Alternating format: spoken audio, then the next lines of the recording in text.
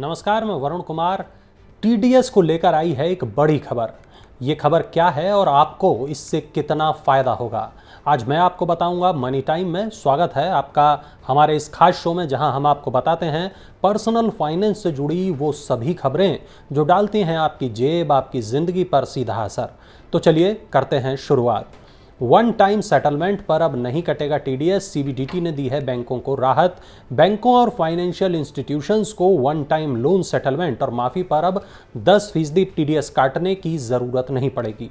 Central board of direct taxes यानी CBDT ने यह भी स्पष्ट किया है कि इस साल बजट में पेश सेक्शन 194R के तहत बोनस और राइट्स इशू जारी करने पर भी टीडीएस काटना जरूरी नहीं है। बैंकों ने लोन सेटलमेंट और माफी पर टीडीएस काटने के प्रावधान को लेकर अपनी चिंता जताई थी। उनका कहना था कि टैक्स से जुड़े इस ट्रांजैक्शन की वजह से उन पर बोझ बढ़ जाएगा। Public financial institution, scheduled bank, asset reconstruction companies, cooperative bank, state financial corporation सहित कई वित्तीय संस्थाओं को इस प्रावधान के दायरे से बाहर रखा गया है। आज की दूसरी खबर है, बैंक एफडी वालों के लिए बीओबी ने ब्याज दरों को बढ़ा दिया है। बैंक ऑफ बड़ौदा ने 2 करोड़ रुपए से कम की एफडी पर ब्याज दरों में 20 बेसिस पॉइंट तक की बढ़ोतरी की है। नई दरें 13 सितंबर 2022 से प्रभावी हो गई हैं। बैंक ने कहा कि 1 साल की अवधि वाली एफडी पर अब 5.5% ब्याज मिलेगा, जो पहले 5.30% था। इसी तरह 400 दिनों से 3 साल तक की अवधि वाली जमा पर ब्याज दर 5.45% से बढ़ाकर 5.5% कर दी गई है। 3 साल से 10 साल तक की अवधि के लिए नई दर 5.65% है। बैंक ने बताया कि वरिष्ठ नागरिकों के लिए 1 साल की जमा पर ब्याज दर 6% होगी, जो पहले 5.80% थी।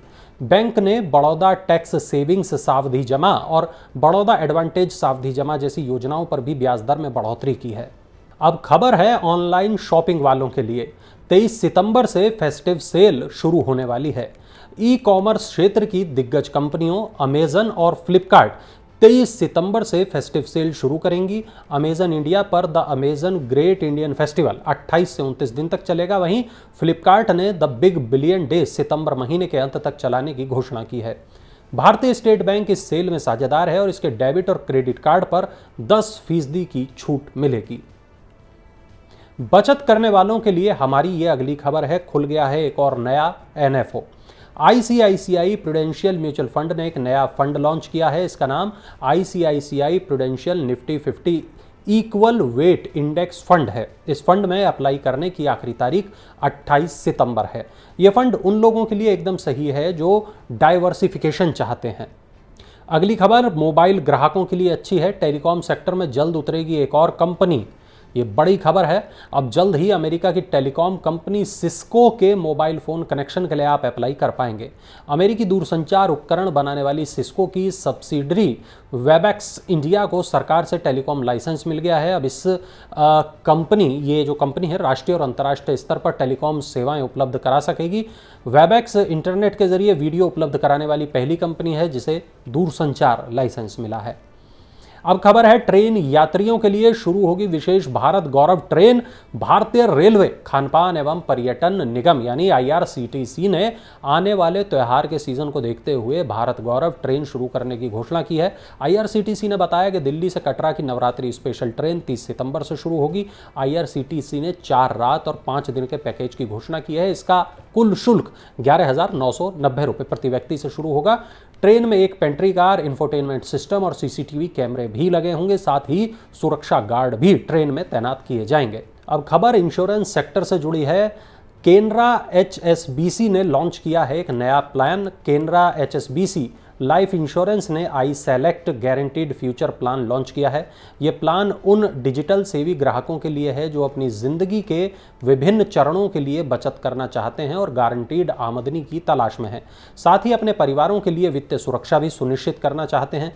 ये एक व्यक्तिगत नॉन लिंक्ड नॉन पार्टिसिपेटिंग बचत एवं सुरक्षा जीवन बीमा योजना है। इस उत्पाद को खासतौर से आज के जमाने के ग्राहकों के लिए बनाया गया है जो कि इंटरनेट पर सक्रिय रहते हैं और डिजिटल प्लेटफॉर्म को पसंद करते हैं। ये प्लान लोगों के भविष्य की वित्तीय जरूरतों, बचत करने की आदतों और किसी भी अप्रत्याशित स्थिति में परिवार के भविष्य को सुरक्षित करने में मदद करता है।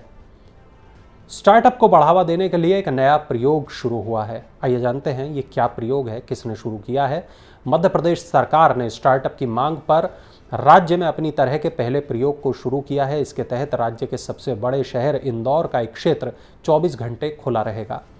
पहले चरण में शहर के निरंजनपुर चौराहा से राजीव गांधी चौराहा के बीच करीब 12 किलोमीटर लंबे बस रैपिड ट्रांजिट सिस्टम गलियारे के दोनों तरफ के प्रतिष्ठान 24 घंटे खुले रखने को मंजूरी दे दी गई है, जिसमें अलग अलग क्षेत्रों के औद्योगिक और वाणिज्यिक संस्थानों के साथ रेस्टोरेंट और होटल भी शामिल है। प्रशासन ने 24 घंटे खुले रहने वाले प्रतिष्ठानों पर कुछ शर्तें भी लगाई हैं, जिसमें अनिवार्य रूप से सीसीटीवी कैमरा लगाना, महिलाओं की सुरक्षा का खास ख्याल रखना और एक मोबाइल ऐप पर पंजीयन कराना भी शामिल है। इलेक्ट्रिक वाहनों के बाजार से जुड़ी है हमारी आज की आखिरी खबर। आइए जानते हैं क्या है ये खबर। घरेलू इलेक्ट्रिक वाहन उद्योग में 2030 तक दोपहिया और तिपहिया वाहनों की बिक्री तेजी से बढ़ने की उम्मीद है। इस श्रेणी के तहत कुल बिक्री में इलेक्ट्रिक दोपहिया और तिपहिया वाहनों की हिस्सेदारी क्रमशः 50% और 70% होगी। वाहन कलपुर्जा निर्माता संघ और मैकेंजी की संयुक्त रूप से तैयार रिपोर्ट में बताया गया है कि देश में यात्री या भारी वाणिज्यिक वाहनों की तुलना में बिजली से चलने वाली दोपहिया और तिपहिया वाहनों की कुल लागत अधिक आकर्षक होने की संभावना है। 2030 तक कुल वाहन बिक्री में इलेक्ट्रिक यात्री वाहनों की हिस्सेदारी 10 से 15% और भारी वाणिज्यिक वाहनों की हिस्सेदारी 5 से 10% होगी। तो ये थी आज की तमाम बड़ी खबरें, ज़रूरी और महत्वपूर्ण खबरें। अगर आपका कोई सवाल है पर्सनल फाइनेंस से जुड़ा हुआ तो उसे नीचे कमेंट बॉक्स में ज़रूर दर्ज कराएं। और हाँ, पर्सनल फाइनेंस की बाकी खबरों के लिए, ज़रूरी और महत्वपूर्ण खबरों के लिए मनी9 के ऐप को ज़रूर डाउनलोड कर लें और चलते चलते हमारा ये इन्फोग्राफिक देखना न भूलें।